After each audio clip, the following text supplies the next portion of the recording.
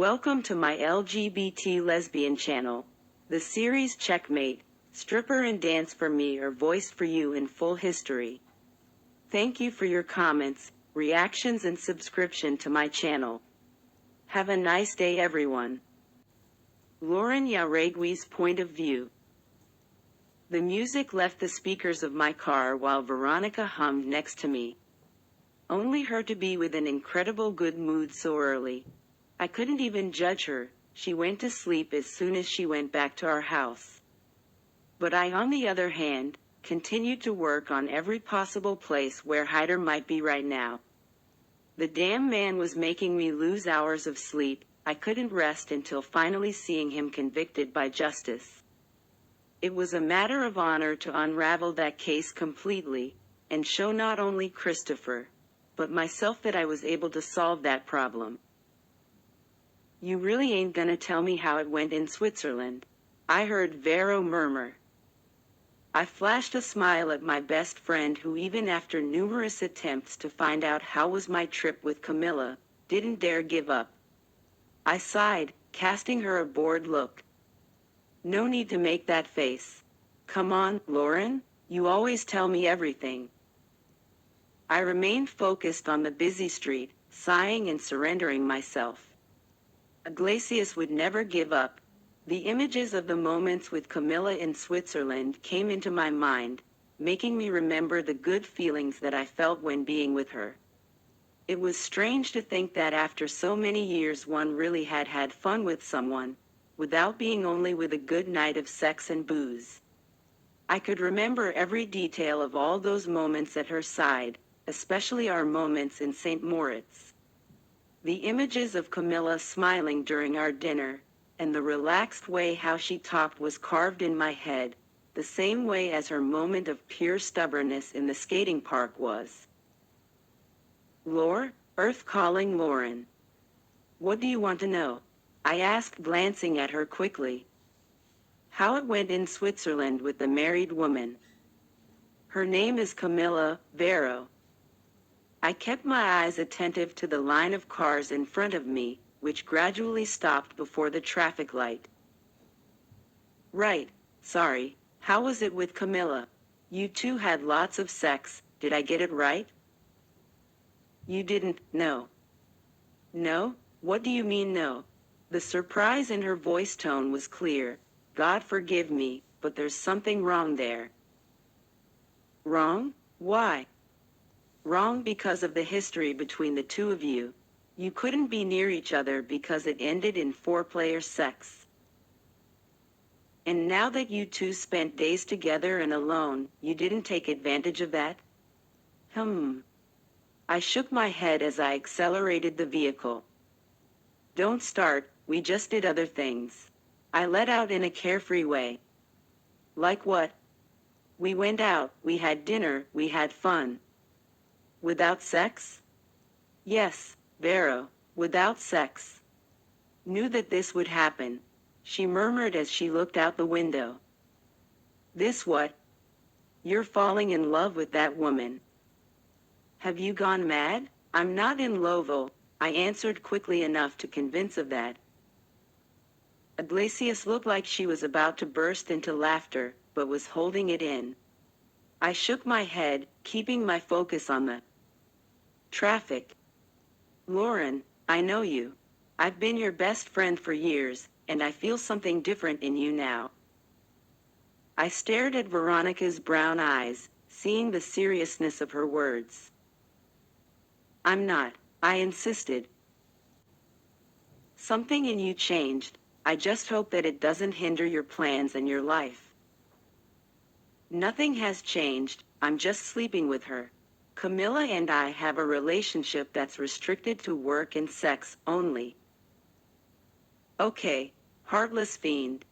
She raised her arms quickly. Never mind, if you don't want to hear the truth, I'll shut up. I rolled my eyes impatiently, listening to the nonsense that Vero had to say. It was obvious that I wasn't in love with Camila, that would be impossible. In all the years of my life, I never allowed myself to fall in love since high school. That was officially one of the things that wasn't in my list of plans to love. We arrived at the precinct. You better get out of my car with that weird feeling talk. Vero let out an amused laugh and nodded. Go on, go meet Mrs. Collins. Good romance, she murmured through the open car window, before walking away towards the precinct's building.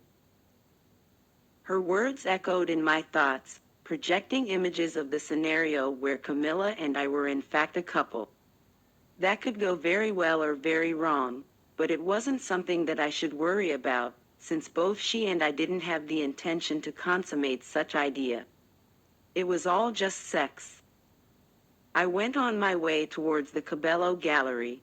Vero and Ali would be responsible for the supervision of the teams in the streets, which at all times looked for some information about Hyder. Normani was still covering us on Collins Enterprise, and consequently supervising the system, which now more than ever needed our care. I parked my car in the gallery's parking lot and headed into the building in search of Camila. The place was crowded, some event was happening. Exhibition of some sculptures that were scattered around the huge luxurious place. I looked around among the cluster of people, and not one of them was the Latina. I only saw Dinah, who was circulating next to a man. I headed to the stairs that would lead to her office, and after 3 light knocks on the door, I heard her voice allowing my entry. Upon entering the room, I had the image of Camila standing near the huge glass window. She had her back turned to me, and yet I was able to notice how beautiful she looked that morning. She was wearing a red dress, blood-colored, that reached the middle of her lean yet toned thighs. On her feet there was a pair of black scarpins with red soles. Her hair now wasn't wavy like usual, it was straight and long, reaching her waist. I loved how the Latina could have such a powerful air only with the way she dressed, since her personality didn't deny the dominating being present inside her. I thought you wouldn't come, she said as she turned around to face me. I'd never not show up, it's my job. Camila nodded slowly, as she walked to the front of her desk, where she leaned slowly. Her dress was long-sleeved, and the sleeves were partially pulled up close to her elbows. The neckline was flashy and sexy. Come here, she ordered, while gesturing with her index finger in a sign for me to come closer. I swallowed hard before her intense brown gaze and walked closer to her. I crossed the length of her office, stopping before the woman who at no time took her eyes off mine. A wicked smile flourished in the corner of her rosy lips, which now were trapped between the brunette's white teeth. I love how you are obedient, Jauregui, she said as she grabbed my black jacket. I didn't know how to explain, but in a summarized form, Camila ordered me around and made me like that. It's as if she could leave me completely mesmerized by her words and actions, giving me the feeling that fulfilling her wills and desires could be one of the best choices to be made. If past lives were really a real thing, Carla Camila Cabello without a doubt had been a queen. Those who possess the power to make all the people bow at her feet, and thank the gods for having such a strong, noble woman to rule them. Don't tease me. The brunette rested her hands on my shoulders, pushing me back a bit, making me sit on the armchair in front of her desk. Camila walked around me, stopping behind me. What happened, huh? Her delicate hands squeezed the muscles in my shoulders in a skillful way. I closed my eyes and relaxed my body. You seem so stressed. Didn't our trip to Switzerland relax you? I remained in silence while her hands massaged my shoulders in such a delicious way. Our sex wasn't hot, or do you already yearn for more? My whole body shivered when I felt her whisper in my ear. I imagine that lack of sex for you mustn't be. Your husband has already returned to take over his post. My words came out sharp and cold. Camila stopped the massage on my shoulders and walked to face me with one of her eyebrows arched. So that's it? What? You're jealous because you're thinking about me having sex with Christopher? I rolled my eyes in a boring way, huffing before such a true thing. Imagining that man touching the Latina's body now made me sick to my stomach, but Camila didn't need and wouldn't know that. Of course not, I exclaimed as I got up from the armchair. Please. Her smile widened at my nervous and poorly made denial. I looked away from her evaluative gaze, standing facing her desk, pretending to look at some objects that were there. Why don't you admit it? I felt your angry gaze yesterday. She whispered close to my neck while her hands slid up and down my arms. I have nothing to admit, Mrs. Collins. Camila held my arm tightly and turned my body, forcing me to face her. So it doesn't bother you one bit? That he touches me like you do, that he kisses my body like you? Our eyes met, staring at each other with the same intensity load. My breathing was heavier, my chest rose and fell in a more evident way. Camila looked at my parted lips, and then at my hands, which she grabbed and brought to her waist. I followed with my eyes the way how she made me touch her. My hands slid up the side of her body, from her wide hips to her thin waist. The Latina closed her eyes as she continued to make me touch her so attractive body. Tell me that it doesn't bother you that he touches me like this, she whispered as she stopped my hands on her breasts, which I squeezed.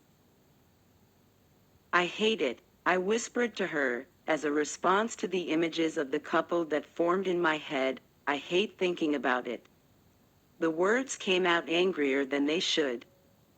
I descended with my hands a little, stopping at her waist, where I pulled with certain force. I know you hate it, and I love that about you. She uttered each word in such a cynical tone, which only served to make me even more angry. Did you sleep with him? What do you think, Lauren? Camila backed away, turning her back to me, but before she could go too far I held her, forcing her body to come back to mine with certain force. The brunette sighed, surprised, flashing a smile that delighted itself in my feeling of possession over her. Answer me. Camila's ass was pressed against my sex. I had her back against my chest. I raised my hand to the long and straight strands of her hair, holding firmly. The damn woman like that. The cynical smile never left her lips for 1 second. She slightly arched her head back until it was resting on my shoulder. I'm waiting. I did. She bit her lower lip. I felt my whole blood boil in an immediate response to that answer that left her lips. My hands released her waist, and when I tried to back away, Camila trapped me on the desk. I love your jealousy face. It turns me on, but you can stop. I didn't have sex with him. I frowned, looking at her with a confused expression. Camila smiled, and touched the lines of my face with the tip of her index finger. He tried very hard, but I didn't want to. Why didn't you want to? We stayed in silence for a few seconds, leaving our eyes connected. Camila shook her head before sighing. It's that time of the month, so I didn't want to, she said as she backed away. Don't lie. You can tell me that you didn't want your husband there, but me. Don't kid yourself, Lauren. Are you going to deny? Always she winked at me, flashing me a smirk. As soon as I tried to get closer to Camila, we heard the shrill ring of her phone. She looked at me and walked towards the desk to grab the device that was there. I just watched her as I sat on the soft couch. Hi, honey, I heard her say as soon as she answered the call. I rolled my eyes at that, receiving a soft chuckle from her. "Of course, I'll wait for you there then." She was silent for a few minutes when she spoke again. "Lauren? Yes, she's here. All right, I'll go with her to the restaurant." Camila said goodbye to her husband in an affectionate way before putting the phone on the desk. "He wants you to take me to a restaurant. We're going out to lunch." "Okay, I'll take you to the cuckold." Lunch went by slowly and tortuous. Camila and I maintained a trivial conversation while Christopher continued glued to his phone, alternating between some mouthfuls of his Italian pasta. The man seemed to be trying to divide himself into an army to take care of so many subjects. After some insisting requests from his wife, was when Collins put the device aside and finished his meal, as he tried to fit in the subject that boiled down to the investigation. "Can we go?" Christopher asked as he wiped the corner of his lips with his napkin. "Sure, it's fine by me," Camila said. I just nodded to the man who looked at me. Christopher was without his private security guard that morning. According to him, the agent who took care of his safety had informed during the day that he wasn't feeling well and so he couldn't show up for work. And with the unforeseen circumstance, Brandon wasn't agile enough to get another person at the same instant, which made me have the task of covering the safety of both of them for a few hours, even against my will. "We can stop by the precinct." I spoke to Brandon and he told me that he already has a replacement. Collins spoke as he buttoned his jacket. "Great, this way Lauren can take me back to the gallery." Camila completed with a smile. After the bill was paid, we all left together towards the luxurious car that was parked between small motorcycles and a van in front of the expensive restaurant. Carlos greeted his boss and gently opened the door for us to enter. Camila sat between her husband and me, and all that made me remember the first time we had sex in her house, right after the woman had drugged her husband. I just shook my head and turned my attention to the car window as the driver followed to his seat. Behind the wheel, the traffic was intense, causing the slowness of every vehicle in the extensive rows of cars in front of us. "Carlos, take a shortcut, I have an important meeting," Christopher murmured, irritated. "You'll get there on time." That was all Camila said. I was silent during the whole drive. That situation now was more estranged than usual. I felt incredibly bothered to see the man so glued to his wife, even if that was normal before the marital ties that bounded them. With great difficulty, I removed my attention from the couple next to me, just watching the intense slow traffic on the outside. The cars looked like slugs of how slow they were. People outside walked much faster than the speed of the cars in the hellish traffic. I was observing the shop window of a clothing store when out of nowhere a van prevented my vision. Carlos, after the order given by his boss, found a small space to get out of the huge avenue. We were able to get out of there and follow through smaller streets now, with more speed than minutes ago. With my attention now focused on the more deserted road, I noticed that we were driving by a less busy neighborhood. The number of houses was lower because they shared place with warehouses and workshops near the pier.